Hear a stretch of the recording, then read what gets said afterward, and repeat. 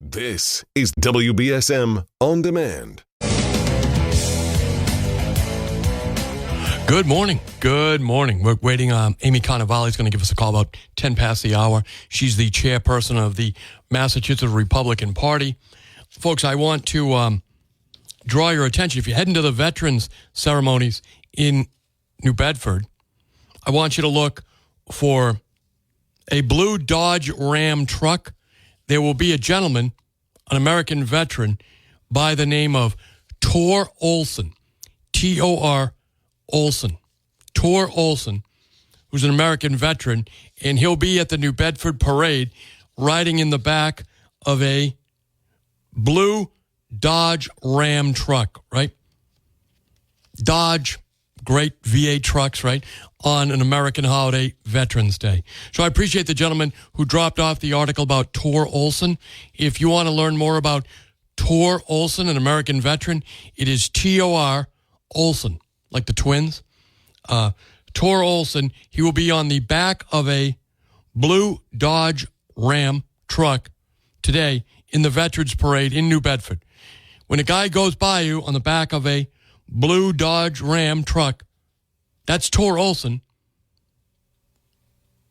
Give him a wave, give him a salute. He's an American veteran, as are all the other guys and gals marching in the parade today, right? So I appreciate the gentleman who dropped that article off. We are going to be joined in a few minutes by Amy Cannavale, who is the chairperson of the Massachusetts Republican Party. Remember, Donald Trump did overwhelmingly well. He won a lot of communities in the sound of my voice. We want to appreciate Tom Hodgson and all the great volunteers. Some of them are Teamsters.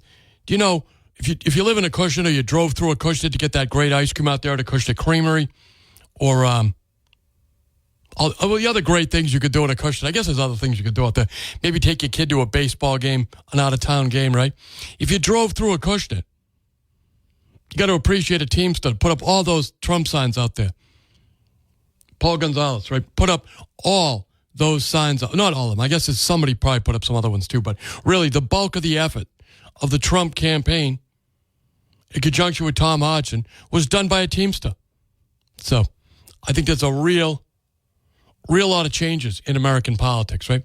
So we're going to take a quick break. When we come back, we should be joined by Amy Cannavale. Stick around. We'll be right back.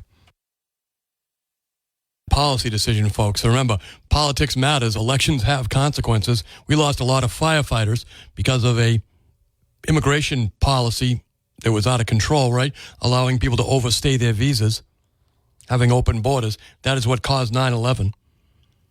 Now, folks, this is America. It's the greatest country in the world, and we celebrate that on Thanksgiving. We here at WBSM, we love Thanksgiving. We want to help local families celebrate together with our Hunger Heroes food drop. So for 32 years, it'll be the 32nd year in a row, we'll be collecting food to benefit the United Way of Greater New Bedford Hunger Heroes Project. Join us at Aldi in Dartmouth on Saturday, November 16th, from 10 a.m. to noon to donate the necessary Thanksgiving items. You can find all the details at WBSM.com.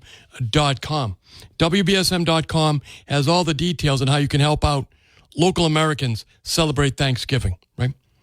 Hunger Heroes Food Drop is made possible by the great Americans, our friends at Is Schwartz Appliance, First Citizens Federal Credit Union, Carefree Homes, and Aaron Pools and Spa.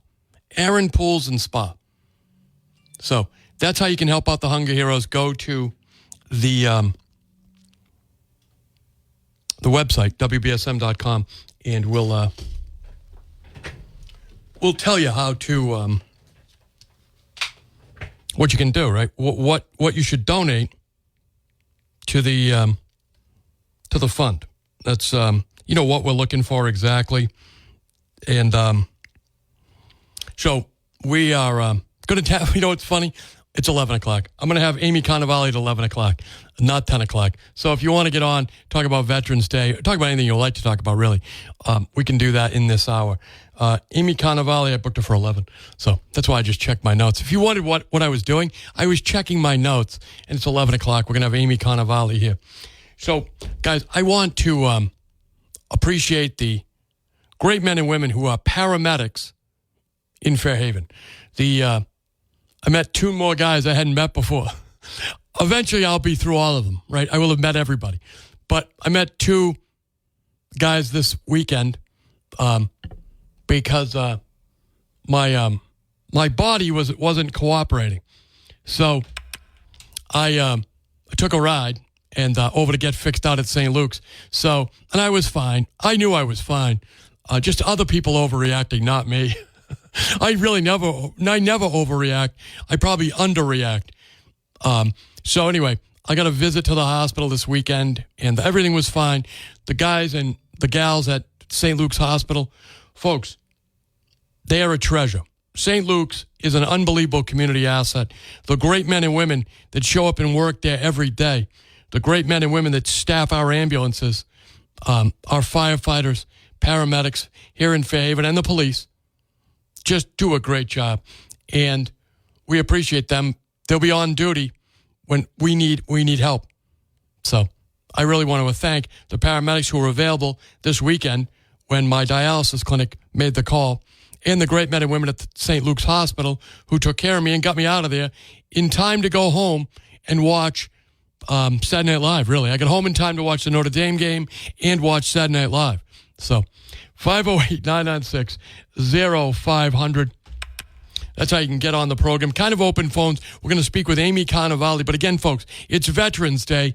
The reason we have veterans is because sometimes we make mistake electing politicians that don't know how to keep us out of wars. Now, hopefully, Donald Trump will do that. Good morning. Thanks for holding. Are you all right, my friend? I am all right. I tell you, you're an amazing guy, to deal with what you're dealing with. And what's the alternative, right? you make light of it, too, at the same time, and I give you a lot of credit for that. Okay, so I hope everything's okay for you, and you continue to do your job. Thank you, sir. No, it's funny because I was talking to one of my friends who gave me a ride, who was there at the dialysis clinic. He was my ride to pick me up. He's also a retired police officer. So he could see my blood pressure, and he goes, I don't know how you were talking at the same time. He goes, I don't even know how you were awake. I said, well, I don't know. I had an audience, so I had to keep it going. It's amazing how young, pretty girls will motivate you to appear to be strong to yourself, right? You've always had that weakness, I think. It's not a weakness. I take a weakness and turn it into a strength. Well, all right. What I was going to talk to you about of course, I'm an OTR watcher. And, I watched it this weekend. I saw our friend, Diana DeZaglio. There we go.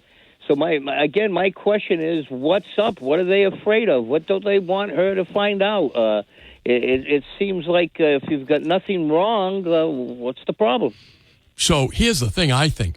For so many years, they went without any oversight that you can imagine what's there, right?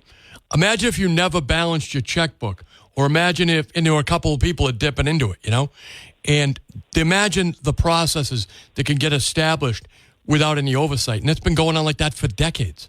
So what's the solution? Not to look now? Oh, no. Well, that's the thing. They don't want to be caught holding the bag, right? They don't want to. I think it's easier just to open the hood and take a look. If you need to change the oil, change the oil. Well, I think they got to sit down with her at least and maybe talk, and see if they can come up with some sort of, compromise solution or something. Because the reasons they've been given, separation of powers. No, that is her power. She's an executive branch, not run by Maura Healey, thank goodness. Right. Okay, but she has oversight over the legislative branch, and they should have to sit down and talk with her and find out, hey, what's going on? No, I agree with you. And by the way, as you know from you watched OTR, that's Channel 5 on Sundays. Yes. They have a great program. Our state auditor, who's a friend of the program and always available when I reach out to her to come on the program, explained that they are fighting her, the legislature, and the question is going to go back to the legislature even though we approved it. Yeah, but that's going to look kind of stupid if it goes back to the state and use an excuse that somebody that I know uses all the time. Nothing to see here, folks. Just go home. Everything's okay. And I think you know who I mean. Oh, I do. So anyway, maybe she'll become a Republican. Maybe they'll kick her out of the party. That could be an option because the Republican Party is on the ascendancy here in Massachusetts. Mm-hmm. But it is all about candidate selection. If I was a young guy today, and I guess I am relatively, early 50s is a relatively young guy. So if you're in your late 40s, early 50s, and you want to get involved in politics, you should look at the Republican Party. I would say so. I think the Democrats got to realize that they've gone too liberal. Yes. And they got to come back more towards the center. Yes. And it's okay to promote some of these causes, but to make it your goal and your only thought, and leave the average Joe behind, which Bernie Sanders even tells them. I don't know if you saw Bernie Sanders on TV. I did. And I know how you feel about Marcus him. keeps me updated on all things Bernie. Who's that? Marcus Farrow keeps me updated on all things Bernie. I love that guy. He's the best. Why? Is he a Bernie fan or what? Oh, he loves Bernie. I didn't realize he was that far to the left. I know he was in the left, but not that far. No, but if you've got Bernie telling you, hey, you forgot about the average Joe, and you can support all these other causes, but that shouldn't be a major thrust. It should be, what are you doing for the average guy, the average worker out there, which is where the Democrats got their start anyway, in case they don't remember. I don't know. But well, again, I'll let you go, but it's good to hear that you're okay. I don't know what this area, to tell you the truth, would do without you if you were, laid up for a while or something like that. And thank God that you're out there to, do your show and, bring information to the public, because certainly we don't have much information that's given out to us, and you're the media, let's put it that way. I appreciate that, my friend, and thank you for the kind words. I would say, check out the New Bedford Light. They do a great job over there. Again, if you're a conservative, take the facts out of the article and use them for your own purposes. The New Bedford Light is a good publication. They have a great story on the immigration battle that is about to kick off, and we're going to be ground zero with our left-wing governor and all these left-wing activists and the city council funding the facility they're going to use as a fortress to wage legal, at this point, warfare against the federal government. Good morning. Thank you for holding. Good morning. How are you today, Chris? I'm doing well, my friend. How are you? Good. I have a question. I had someone call me this morning and say that there was a demonstration on Fonts Corner Road, a pro-Palestinian demonstration. Does anybody know that? That is one? They regularly do that stuff. It is organized by, actually, the person that organizes a lot of that is a former New Bedford city councilor who currently is employed as the community relations person for Vineyard Wind. I believe that's so. Dana Ribeiro, I like Dana. She's personally very nice. I just think her politics are wrong, and she thinks mine are wrong, and that's fine. So she's one of the organizers of those demonstrations because she puts it on Facebook every week. I don't know if she organized this one specifically, but that's her location she uses. Oh, okay. I did not know that. Thank you, Chris. You're welcome, my friend. Keep it good. American. That's the chairperson of the Dartmouth Republican Town Committee, Margaret Sweet. So the offshore wind inadvertently is funding the pro-Palestinian demonstration activists. That's all the same group. 508-996-0500 so you can get on the program. Good morning. Thanks for holding. Hi. Hello. I know it's a no-no to call back, Troy. That's all right. Go ahead. Okay, so you got my, I was like, okay, I'm just so riled up. So we know what the Capitol Theater is really about now. Yeah. Oh, yeah. And I'm like so livid. So I just have to ask this out of curiosity. I'm a donator to the Zeitarian. Is any of that money going to help the Capitol Theater? No. Because I will not donate this year. No. The Zeitarian Theater is totally separate. And a Capitol Theater used to be a theater. It's not going to be used as a theater anymore. They're just using the Capitol Theater, the historic significance of the Capitol Theater, which has now been taken over by illegal alien lobbyists. And they're using that to get city taxpayer and state taxpayer money, federal tax credits, to build basically what I think is going to be a fortress to wage a legal war against the federal government. It's outrageous. But so that's why you got to call Ian Abreu and tell him not to vote for it. Yeah, well, I really felt like that the two couldn't have been mixed. And I do know it was a historical building. And I do know, I remember everything that's going in there. And my Leo Chiquette, he said that it's just too much. It's a clubhouse. That's what he said. I loved it when Leo said it. A clubhouse like for the CED. Dig. Yeah, the big dig. The big dig. It'll never end. It'll never end. Good. I just wanted to separate the two. Yes, it's no Zeitarians, no connection. It has nothing to do with the theater at all, really. That's just the historic building they're using to build the fortress at. Right. So I just had to call back for that. And you know what? Oh, my stars. I am so happy you're on the show today. You had a heck of a weekend. I did. That which doesn't kill me only makes me stronger. Right? Oh, that's a good song. It's a good song. Well, Chris, thank you so much for allowing me to call back. No problem, my friend. Thank you for the call.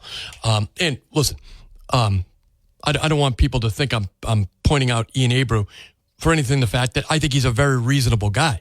So I think when we bring he's voted reluctantly, I think, the last couple of years to fund the Capitol Theater. I think Ian Abreu is a guy who's got enough political capital that he can reverse himself and say, hey, look, I didn't realize what they were doing with it. Now I know. And he can take that sort of an admission because, look, when you're in elected office, as I was, you don't always have all the information you need. And certainly, people don't often volunteer it. So, we've got Brian Gomes, I think, is a very reasonable guy, certainly loves America. We know that. And so I think Brian can be reversed on Capitol Theater. I think Joe Lopes can be reversed on Capitol Theater now that they don't have any leverage over him anymore. Remember, there were people on the board of the WIB where Joe worked who were getting money for the Capitol Theater. Corinne Williams had a conflict of interest. Apparently, everyone ignored it, including her and Joe Lopes and the mayor's office and the WIB board, where they have conflict of interest laws. But it kept going until I showed up like a skunk at the garden party, right? Telling people what they're really going to use the Capitol Theater for. Now, that's the New Bedford Light explained it. So I think Joe Lopes can be reversed on it.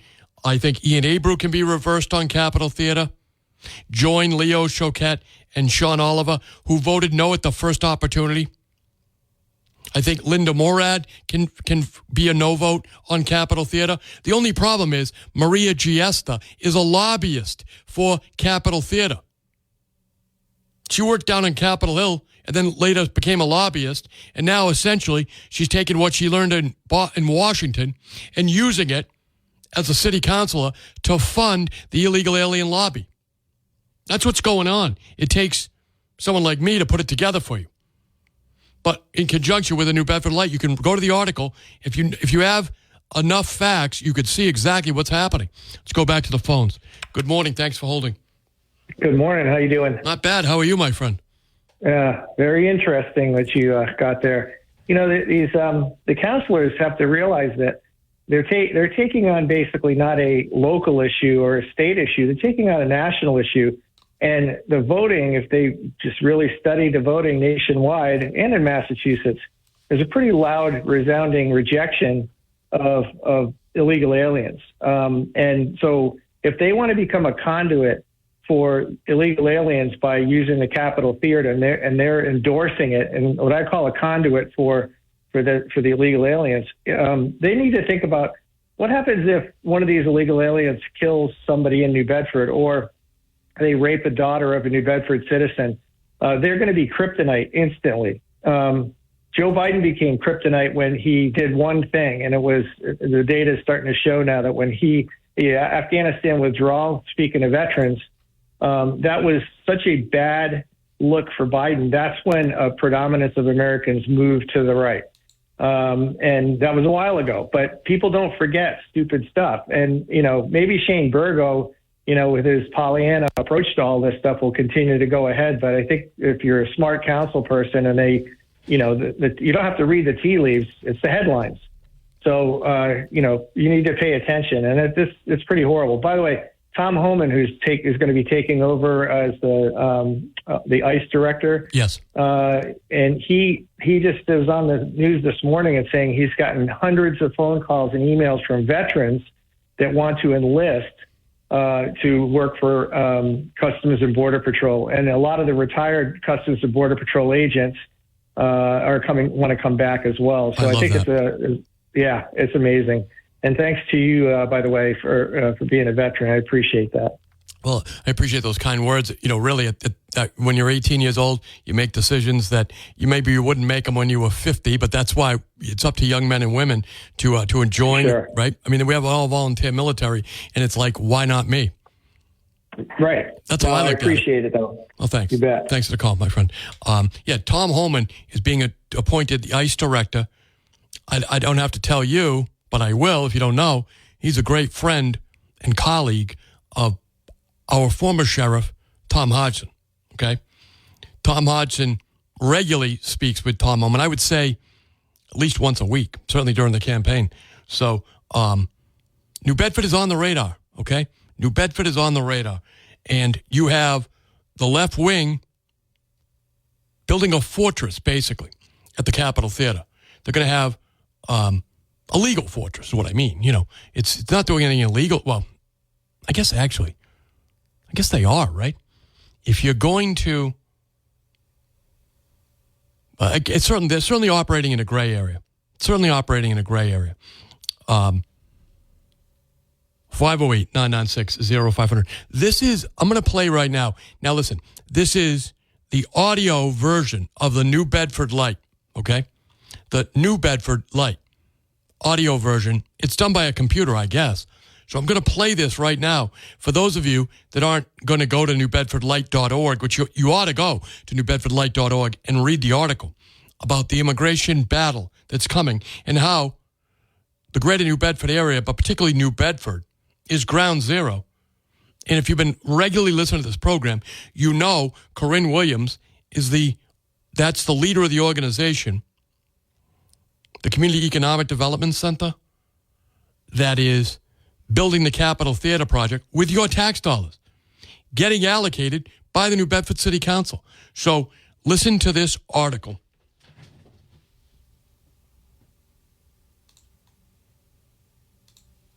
First shock, then planning. Immigrants in New Bedford brace for Trump. By Eleonora Bianchi.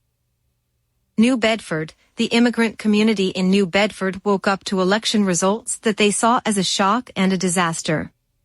But by the day's end, advocates had already reignited emergency plans that could keep families together, protect New Bedford's economy, and enshrine residents' human rights. I was totally in shock when I woke up this morning, said Helena De Silva Hughes, director of the Immigrants Assistance Center, IAC. I thought, there's just no way we're going back, she said. We've lived through dark days before, said Corinne Williams, executive director of New Bedford's Community Economic Development Center. So that Community Economic Development Center, it's not a city-run entity. It's a city-funded entity. They get a lot of money from the city, ARPA money. In fact, Corinne Williams was delegated one of the gatekeepers by the mayor for the ARPA money, okay? That's just a matter of public record. So Corinne Williams is the person running the Capitol Theater project, okay? Capitol Theater is going to be the headquarters. Clubhouse is what Leo Choquette labeled it, along with some apartments, which is very unique, for the Community Economic Development Center, okay? It's not a city-managed program. That is a private nonprofit, which, by the way, I have the nonprofit status from the IRS. They put down no details on who their salaries are going to, who the contractors are. It's a very, very non-transparent organization. But listen to this. This is where the woman who is running the Capitol Theater project, Corinne Williams. She cited the 2007 raid at the Michael Bianco plant in New Bedford that was one of the largest ICE operations in U.S. history, but added, this community is resilient. The dread of deportations has only deepened in recent months, said De Silva Hughes, fueled by Trump's rhetoric and confirmed this morning by his national press secretary, Caroline Leavitt, who stated on Fox News that the president would begin his term by launching the largest mass deportation operation of illegal immigrants. Caroline, she's a former employee of the Howie Carr Show. D.C. finds itself once again needing to act decisively on behalf of the immigrant community. I feel we have no choice but to start the Emergency Family Preparedness Program again, she said. In 2016, the center increased its capacity to support families facing deportation and launched an emergency preparedness program to help them plan for arrests by the U.S. Immigration and Customs Enforcement officers. The program guided immigrant families in setting up a document safekeeping box and designating custodial guardians to care for their children until they could be reunited. In the coming months, the IAC will again develop a plan to prepare the community for January, when President-elect Trump will officially begin his term. De Silva Hughes intends to hold meetings with families at local churches and elementary schools, safe spaces where immigrant families can gather, share their concerns, and discuss the way forward. Williams, of the Community Economic Development Center, said her work providing legal aid to immigrants will continue. She added that many community and immigrant groups will depend on protections from the state. And on Wednesday afternoon, Governor Maura Healey and Lieutenant Governor Kim Driscoll held a press conference to affirm their commitments. We will always stand up for people's rights and freedoms, Healey said, wherever you were born and whomever you love. Support for Trump includes Hispanic and Latino voters. The Community Economic Development Center sits in New Bedford's Ward 2, within the former rectory beside the Our Lady of Perpetual Help Church. The building buzzes constantly with multiple languages as new community members access services and make New Bedford their home. This neighborhood is the gateway of the gateway, said Williams on Wednesday, referencing that many new arrivals make Ward 2 their home. But Ward 2 voted for Trump, 51% to 49%, according to preliminary results. And the Hispanic and Latino community in Massachusetts increased their support for Trump, now reaching 42%, compared to 35% in 2020, according to exit polls from the Associated Press. You're listening to an article, the audio version from the New Bedford Light. You can go to it, newbedfordlight.org, if you want to get the actual print copy, or if you want to have a copy of this audio version. Again, I go to the New Bedford Light actually daily, so I encourage everybody to, and I just want credit to go where credit is due. This article was done by some great journalists down at the New Bedford Light. Hardly a bastion of right-wing philosophy, right? But the New Bedford Light is bringing you the facts. That's why I check it every day. So I'm going to go back to playing the article from the New Bedford Light. But Williams said those results are hard to parse. The Hispanic and Latino community is not a monolith, she said.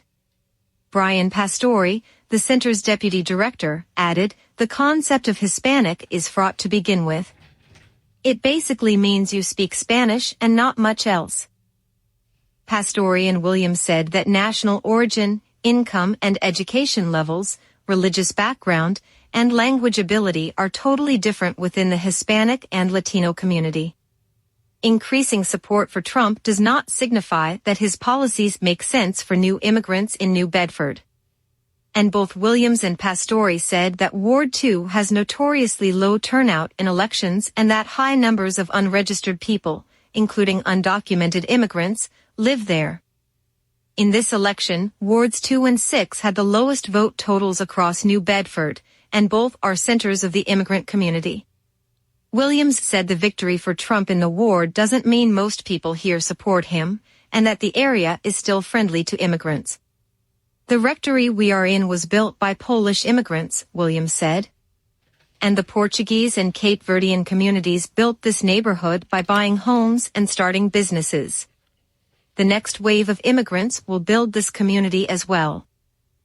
De Silva Hughes said she wasn't surprised, however, by the increasing support for Trump among Hispanic and Latino voters. Over the years, she said she has watched as Republican rhetoric All right, so this is from the New Bedford Light. Basically, now that people are paying attention, right, to illegal immigration, I think it's reasonable for the New Bedford City Council to reject Maria Giesta's demands as a lobbyist for her constituents, this group, right, the illegal alien lobby, now that her ward has voted for Donald Trump, which is, there's no question what policy they were endorsing, right? They were endorsing deportations. So there is now clear-cut evidence that even Ward 2 is supporting deportations. So there is no reason for New Bedford City councilors to keep greenlighting the Capitol Theater project for Corinne Williams, who's in total rebellion against the American people, right, for her illegal alien clientele. So the city councilors that you got to talk to, Sean Oliver rejected the Capitol Theater project. Leo Choquette, he rejected the Capitol Theater project. Every other councilor needs to hear from you and be told, I don't mind you reversing yourself. Reverse yourself on the Capitol Theater. Stand up for America. I mean, that's really the only answer. Good morning. Thanks for holding. Hello, you're on the air. We can do better than that. We can do better than that. All right, I'm going to take a break. If that was you, call back on a better phone or something. And we're going to. I see you on hold, but we got to take a break. We'll be right back. In Hawaii, and of course he's a great musician and just a great American, as are many of you today on Veterans Day. Good morning. Thanks for holding. Good morning, Chris. What's happening, Carlos? Beautiful day. First, I want to say I'm a first-generation person. My parents migrated from the island of Terceira, and but this, what we got to make clear is people. Some of these individuals, what they like to do is confuse people. There's a difference between legal and illegal migration. Yes. Okay, my parents came here legally. My mom, at the age of 18 years old, had to acquire a certain amount of money, had to learn the history, had to learn the language, had to have someone in this country that would basically back us up. So if anything happened, they would be responsible for us. There's a huge difference, and I'm sick and tired of people trying to confuse the good people out there and try to convince them that it's the same thing. It's not. When my parents got here, they worked their tail off to have what they have. Never received assistance. Now they cross the border. They're given everything under the sun, and you know who's paying for it. There's a huge difference, and they're trying to confuse the people so we feel bad, right? Because our people came from a different country, and they migrated here. Yes, of course they did. It's the greatest nation on earth, and I don't blame people for trying to come here, whatever means, whatever they have to do. Okay, I just can't put up with that phone like that. Carlos, you know better than that. Please, listen, he's got a good message. He's 100% right. Legal immigrants. But he's right about that. They conflate them together, right? The idea that Corinne Williams, of course, is quoting people who didn't break the law. We had a guy call in here one time, and I want to give him credit for it, but I don't know his name. He said, look, when they describe immigration and illegal immigration, and they conflate the two, he says, if you walk into a bank and slide the teller a note and walk out with money, if you slide them a note that says, I have a gun, give me all the money, versus slide them a withdrawal slip and with your account number on it, either way, both people have walked into a bank and walked out with money, right? One is a crime, one is a normal transaction.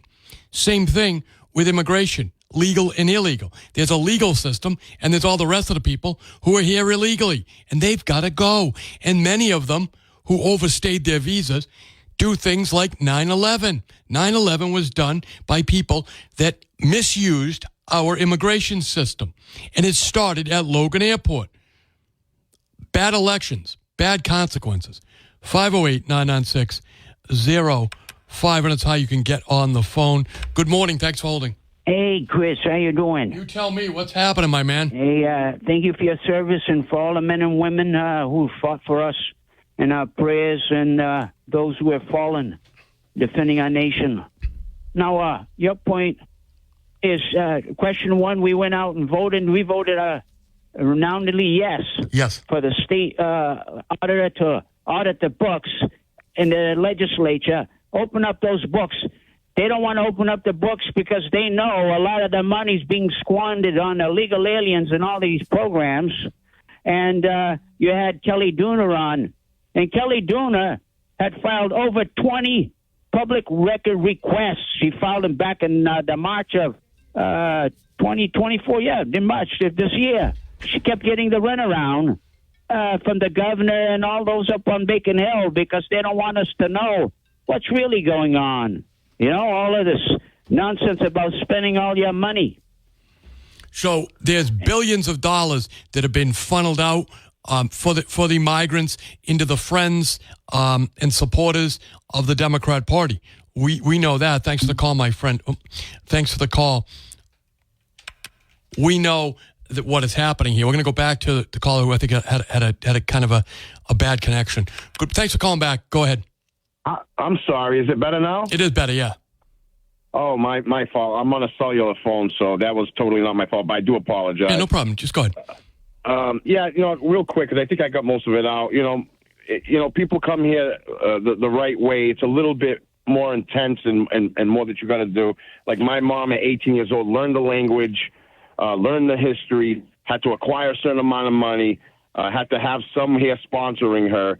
And that's the legal, proper way. Yes. And they shouldn't be trying to put them all together to confuse the people so people start feeling sorry for the situation. There are consequences for breaking the law, and I'm glad that finally we're starting to look into that. And with Trump in office, I think we'll get some sort of resolve, hopefully. But as you can see, they're already, they're already rounding up the troops, trying to combat that, and that's wrong. So, Carlos, you're there covering the city council. You've seen this vote year after year. It wasn't until I started putting some attention on it that we started to get some new councilors got an opportunity to do the right thing. They had never voted on it before. But some of these veteran councilors, there's nothing wrong with saying that now you're going to vote no, right? You can reverse yourself. 100%, because this thing was projected to be something that it's not. Someone like Maria Giesta has band painting a picture for a while now, really pushing this on the people and pushing it on the city council, is pressuring them.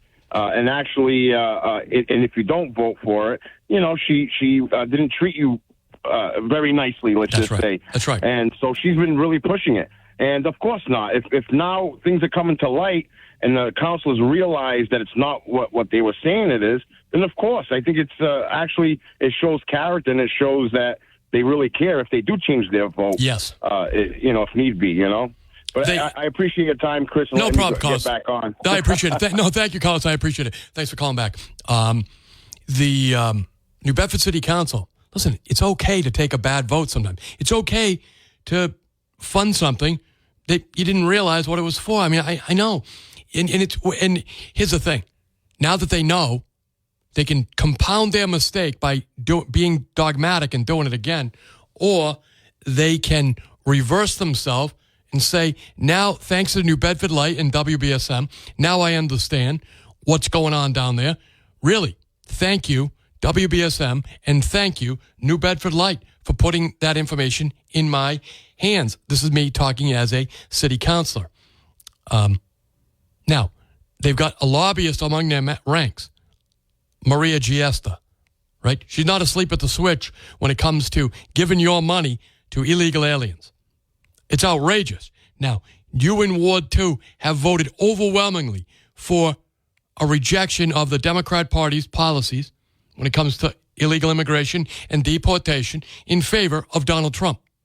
So I would expect that I'm going to get an American First candidate to come out of Ward 2 and defeat the illegal alien lobbyist, Maria Giesta, not asleep at the switch when it comes to doling out your money to her buddies, the illegal aliens, right? And the activists that she's been funding the entire time.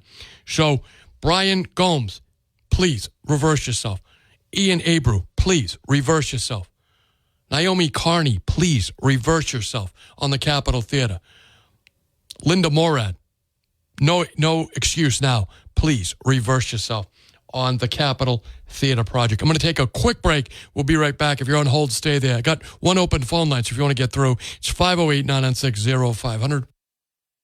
That's Chris Christopherson, who recently passed away. He's a West Point graduate. Did you know that? Chris Christopherson is a West Point graduate. He's actually a airborne ranger. Well, he was never in a ranger unit, but he's ranger qualified. He's dead now, but he was ranger qualified and airborne as well.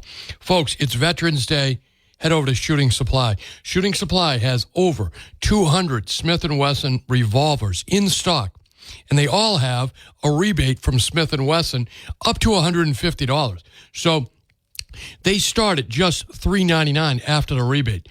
They have an early Black Friday deal going on 9mm ammo, just $12.99 a box. Next training class, if you don't have a FID card, if you want to get a handgun or any kind of rifle license in the state of Massachusetts, you need a training class. Training class is November 19th. Stop by the shop and see Dawn, D-A-W-N, Dawn, to sign up for the next class. Go to shootingsupply.com, sign up for the preferred customer list, and get access to the best sales and specials in the area delivered right to your inbox, including great Black Friday specials. Shooting Supply, shootingsupply.com. Good morning. Thanks for holding. Hey, Chris. What's going on, man? You tell me. Happy Veterans Day, sir. Thank you. And, one thing that I do try to tell a lot of veterans, especially if they're home or they're newly home, is welcome home. A lot of people just say, thank you for your service, and they go about their day. But it means a lot when you go to a veteran and they just came home, and you just tell them, look them in the eye and say, welcome home, brother. That means a lot, too. So anybody out there, welcome home also, on top of thank you for your service. When it comes to this illegal and legal immigration, the left consistently tries to conflate and confuse the public and make you feel sorry for the migrants, right? They say, well, we're all immigrants. No, there's a difference. Yes. We're all from legal immigration. And let me tell you a quick story. My grandfather immigrated here from Portugal when he was under the dictatorship of Salazar. And he lived in a one-room house with a dirt floor and no food. That was what he was fleeing. Not only was he fleeing that, he still had to pay his mother had to pay his way to come here through a sponsor, just like all your previous callers.